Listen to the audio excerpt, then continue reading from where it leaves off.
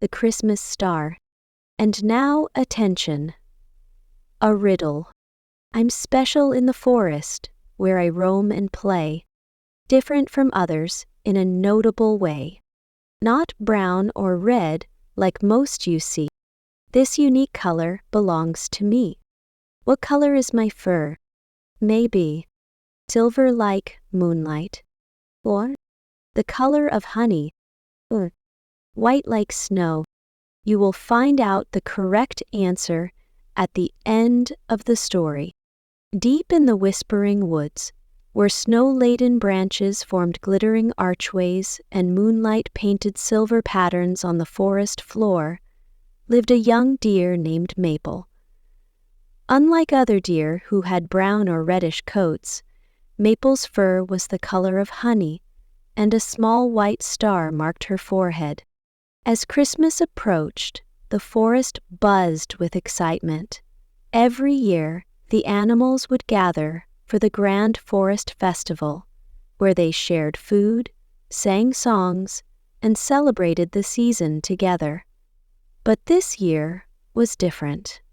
The ancient pine tree that traditionally hosted their celebration had fallen during an autumn storm. "What will we do?" worried Oliver, a chatty red squirrel who was Maple's best friend. He scampered around her hooves, his tail twitching anxiously. "Without the great pine, where will we hang the twinkling fireflies? Where will we place the berry garlands?" Maple gazed thoughtfully at the starlit sky. "We'll find a way, Oliver. Christmas isn't about one specific tree. It's about being together." The next morning, Maple and Oliver set out to find a solution. They visited Benjamin Badger, the oldest and wisest forest resident, who lived in a cozy burrow lined with soft moss. "Ah," Benjamin smiled, stroking his gray-streaked fur. "Perhaps this is an opportunity rather than a problem. Why not bring Christmas to every corner of the forest instead of gathering in just one place?" Maple's eyes sparkled with excitement. "That's it! We could create a Christmas trail through the forest with different celebrations at different spots." Word spread quickly through the forest. Soon, animals were volunteering their homes and special places as stops along the Christmas trail. The beavers offered their pond for ice skating, while the rabbits suggested their meadow for carol singing. But not everyone was convinced. Grumpy old Mr. Porcupine huffed and puffed about change. "It's not traditional," he complained, shuffling through the snow. "Christmas should stay the way it's always been." Maple approached him gently. "Mr. Porcupine, would you share your famous pine needle tea at one of the stops? Nobody makes it quite like you do." The porcupine's spines relaxed slightly. "Well, I suppose I could.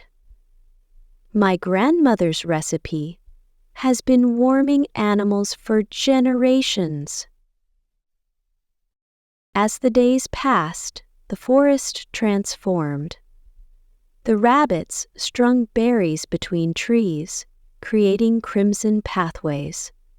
Owl families hung hollow nuts filled with fireflies, creating magical lighting.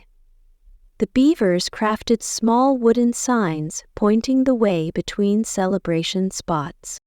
Oliver organized a group of squirrels to collect pine cones, which they filled with seeds and nuts for everyone to share. The mice family wove tiny wreaths from twigs and winter berries. Even the usually solitary foxes joined in, using their fluffy tails to sweep paths through the snow. On Christmas Eve, as twilight painted the sky in purple and gold, Maple stood at the beginning of the trail. Her white star markings seemed to glow in the gathering dusk. Animals of all sizes gathered around her, from the tallest moose to the smallest foal. "Friends," she said, her voice clear in the crisp winter air, "this year's celebration may be different, but look around you. We've created something wonderful together." The Christmas trail was magnificent. It wound through the forest like a ribbon of joy, each stop unique and special. At the beaver pond, young animals slid and skated on the ice, while their parents sipped Mr. Porcupine's warming tea. In the rabbit meadow, voices joined in harmony, singing ancient forest songs that echoed through the trees. The mice had created a cozy nook beneath an old oak, where they told stories of Christmases past. Near the fox den, young cubs led games of hide-and-seek in the snow. The squirrels had set up a pine-cone feast that stretched along a fallen log, while overhead, owls conducted a chorus of hooting carols. As the night grew deeper, something magical happened. The northern lights appeared, dancing across the sky in sheets of green and gold. The animals gathered in the central meadow, watching in wonder. "You see," Benjamin Badger said softly to Maple, "sometimes when things change, we discover something even more beautiful than before." Mr. Porcupine, warming his paws around a cup of his famous tea, nodded in agreement. "I must admit, young Maple, this is rather special. Every part of our forest feels alive with Christmas spirit." Oliver hopped onto Maple's back, scattering snowflakes.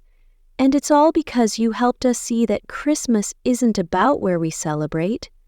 It's about celebrating together."